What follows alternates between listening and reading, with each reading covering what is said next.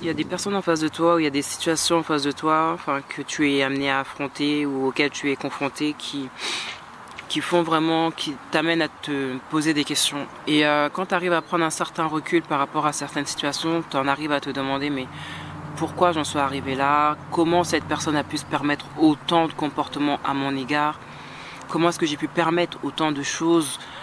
Comment est-ce que j'ai pu permettre autant de manque de respect? Comment j'ai pu autant ne pas me défendre physiquement, verbalement, mentalement, financièrement, psychologiquement, plein de choses. Et quand tu en arrives à te poser ces questions, ça veut dire que tu es arrivé à un moment de ta vie où il est juste plus possible en fait que tu tolères l'intolérable, on va faire simple. Quand une personne arrive à te faire des choses qu'elle sait qu'elle ne doit pas te faire parce que tu lui avais dit ça avec moi ça passe pas.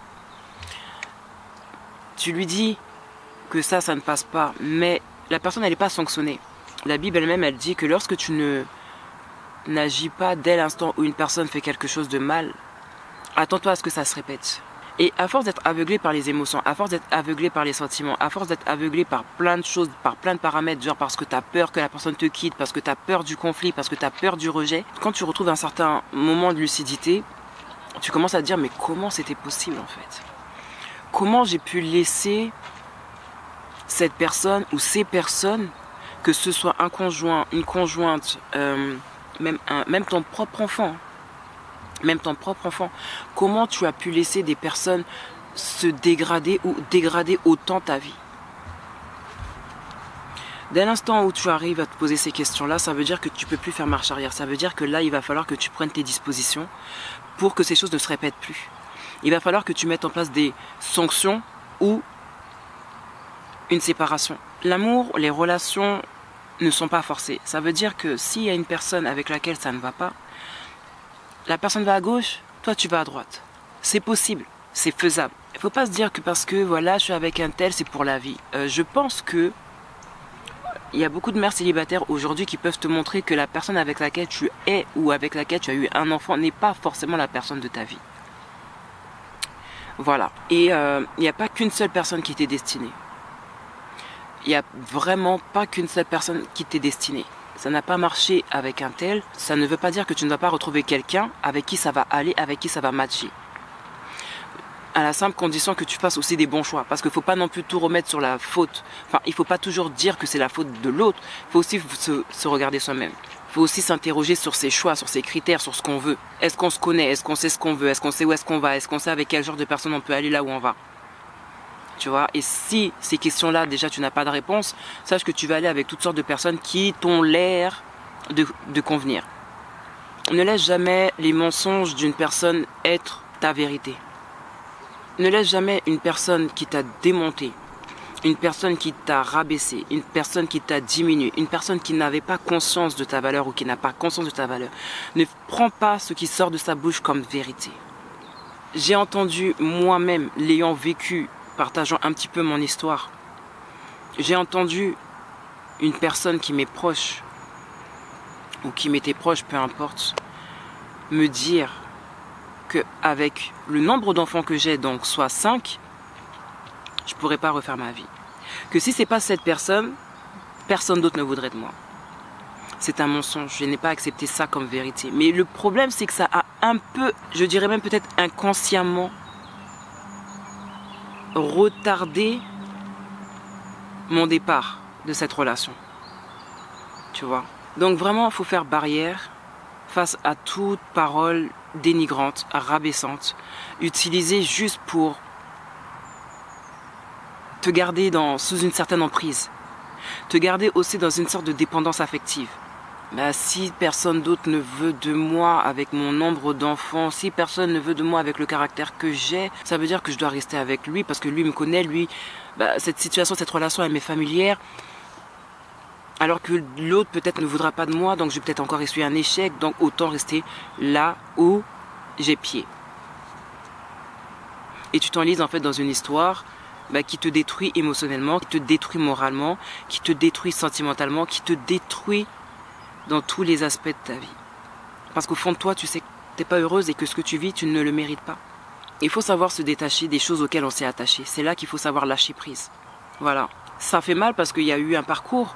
Ça fait mal parce qu'il y a une histoire. Ça fait mal parce qu'il y a quelque chose qui a été vécu, créé, construit. Même si ceux qui ont construit ont participé à la destruction en fait de ce qui était construit. Bref, juste pour dire que tu es une personne qui mérite le meilleur. Tu n'es pas né sur cette terre pour souffrir. La personne en face de toi peut manifester toute la méchanceté qui est en elle. Tout le désintérêt dont elle veut faire preuve. D'accord? Mais ça ne veut en aucun cas dire ou ça ne prouve en rien que tu le mérites. C'est juste une révélation de qui est la personne. Et quand tu as la révélation de qui est la personne, avec ce que tu sais, pourquoi maintenant vouloir rester ou nourrir une sorte d'espoir que cette personne revienne? Espère que cette personne vienne à changer, à se remettre en question. Espère que cette personne, un jour, aura tellement touché le fond qu'elle passera par ce processus de changement intérieur, profond, personnel et pour elle, avant que ce soit pour les autres. Mais ne t'accroche pas à une histoire, ne t'accroche pas à « ça aurait pu donner ça ».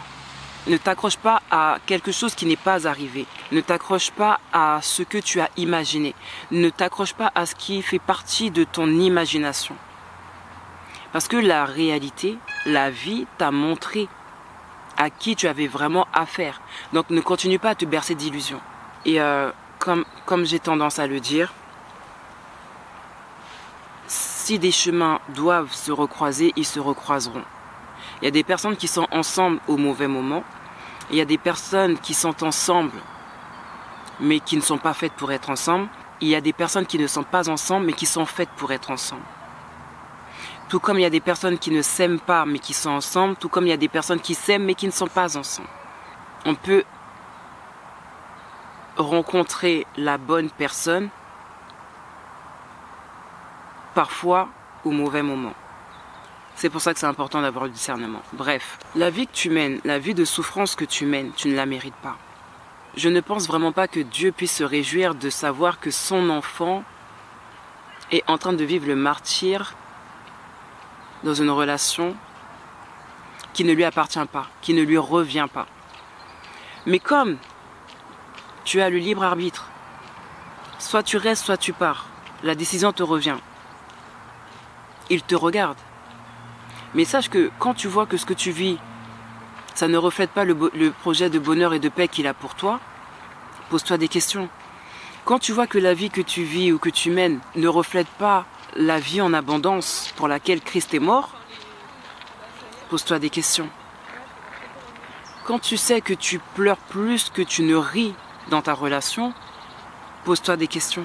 À un moment donné, assieds-toi et demande-toi si ce que tu vis, déjà, un, c'est ce que tu veux, et de deux, est-ce que tu mérites de vivre sous le contrôle d'une personne qui a une mauvaise influence sur toi, ne se remet pas en question, t'accuse de tous les torts, ne reconnaît pas ta valeur, t'accuserait même d'avoir, par exemple, séduit une personne qui s'intéresse à toi. Tu y es pour rien si la personne s'intéresse à toi, mais lui dira, oui, c'est parce que tu l'as allumé, c'est parce que tu l'as regardé de telle manière, enfin bref.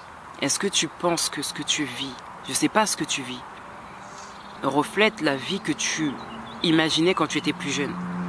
Est-ce que ce que tu vis, tu dirais à ta fille, c'est bien ma fille, continue dans ce genre de relation? Arrête-toi à un moment donné et sache te poser des questions. Mets de côté les sentiments, mets de côté les émotions, mets de côté l'idéal que tu as de la relation. Et regarde la situation telle qu'elle est.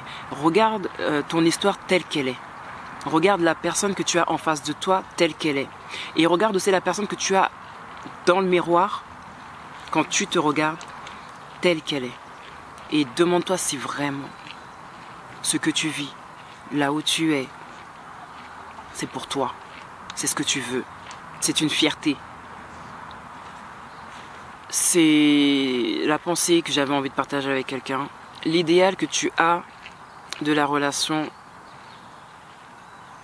et la réalité que tu vis doivent t'aider à prendre une décision, une direction. Tu ne peux pas changer la personne, mais tu peux te changer. Et tu peux aussi changer beaucoup de choses parce que tu es décisionnaire. Tu ne peux pas continuer par exemple à porter un pantalon qui est trop serré. Tu ne peux pas t'asseoir. À un moment donné, tu vas prendre ce pantalon, tu vas dire non, il n'est plus pour moi, il ne me convient plus. Je ne suis pas à l'aise quand je suis dedans. Je ne peux pas m'asseoir, je peux à peine marcher, etc. C'est la même chose avec une relation. Si tu vois que ça ne te convient plus, ça ne te convient pas, pourquoi souffrir? Pourquoi te mettre à la place de l'autre en disant non mais la personne va souffrir de mon départ? Tu souffres déjà toi-même d'être dans cette situation, d'être dans cette relation. Avec ce que tu sais aujourd'hui de la personne, avec les facettes de la personne que tu ne connaissais pas, que tu as découvert, qui te dégoûte, qui t'énerve, qui te choque, qui te... Je pensais pas qu'il ou elle était comme ça. Pourquoi tu veux continuer? Pourquoi tu veux continuer? Ce que tu es en train de faire, tu es en train de laisser occuper un siège qui revient à quelqu'un d'autre. À une personne qui verra ta valeur, qui t'aimera pour ce que tu es comme tu es et qui t'aidera aussi à te dépasser. Tu vois, qui te poussera vers le haut. Tu tomberas sur une personne qui te permettra d'être dans ton énergie féminine, qui te permettra de te sentir en sécurité, qui te permettra de te reposer sur l'autre. Tu es dans une relation, c'est toi qui fais tout, tu as les muscles pour faire ci, ça, et l'autre personne est en train de se la couler douce, en train de mener sa vie de l'autre côté, de quelque manière que ce soit, mais c'est toi qui es en train de porter toutes les casquettes, dont la sienne, ou du moins dont les siennes. Sachant ça, vivant ça, pourquoi s'asseoir dans ce genre de relation? Pour arriver à 60, 65 ans et y regretter? Il faut que tu t'aimes, plus que tu n'aimes quiconque, et que tu te reprennes en main. Tu as les épaules. Il vaut mieux être seul que mal accompagné. Et il vaut mieux être seul aussi pour se reconstruire. Il vaut mieux être seul aussi pour donner une nouvelle direction à sa vie. Si tu n'en avais pas, tu t'assois et tu te crées un plan. Tu te crées un objectif, tu te crées des habitudes et tu atteindras ces objectifs. Il faut aussi que tu guérisses des blessures subies dans cette relation pour que l'autre personne ne subisse pas en fait tes douleurs, que l'autre personne ne subisse pas tes traumatismes, que l'autre personne ne subisse pas tes peurs, tes frustrations, ta méfiance. Tu vois? C'est tout un processus que tu as besoin de mettre en place pour te reconstruire, pour rebâtir les murs de ta vie qui se sont effondrés à travers tes précédentes relations. Tu as besoin de te reconstruire, tu as besoin de te rebâtir. Tu n'as plus besoin d'être avec une personne qui ne fait que te détruire émotionnellement, intérieurement, qui ne fait que générer du stress en toi. Un stress quotidien. N'oublie pas que le stress peut te créer des maladies. Donc voilà, c'est tout pour moi. Je te laisse avec ça. J'espère vraiment que cette vidéo, elle aura fait tilt en fait en toi quelque part, d'une certaine manière. J'ai peut-être pas mis les doigts, du moins j'ai peut-être pas mis le doigt sur ta situation particulièrement, mais si tu vois qu'il y a une sorte de rapprochement, que ça résonne, ça fait écho, ça fait sens en toi, fais avec ce que je viens de t'apporter et fais ce qui est bon pour toi. Voilà, fais ce qui est bon pour toi. Ne va pas un jour te jeter sous le train parce que tu es arrivé au bout du bout. On peut se sortir de toute situation à la condition de le vouloir. Déjà, avant même de le vouloir, à condition d'en prendre conscience. Et quand tu en as pris conscience, avoir la volonté de sortir de la situation. Voilà. Bon, c'est tout pour moi. Je te laisse avec ça. Sur ce, sincèrement du fond du cœur, bon courage. Mouah.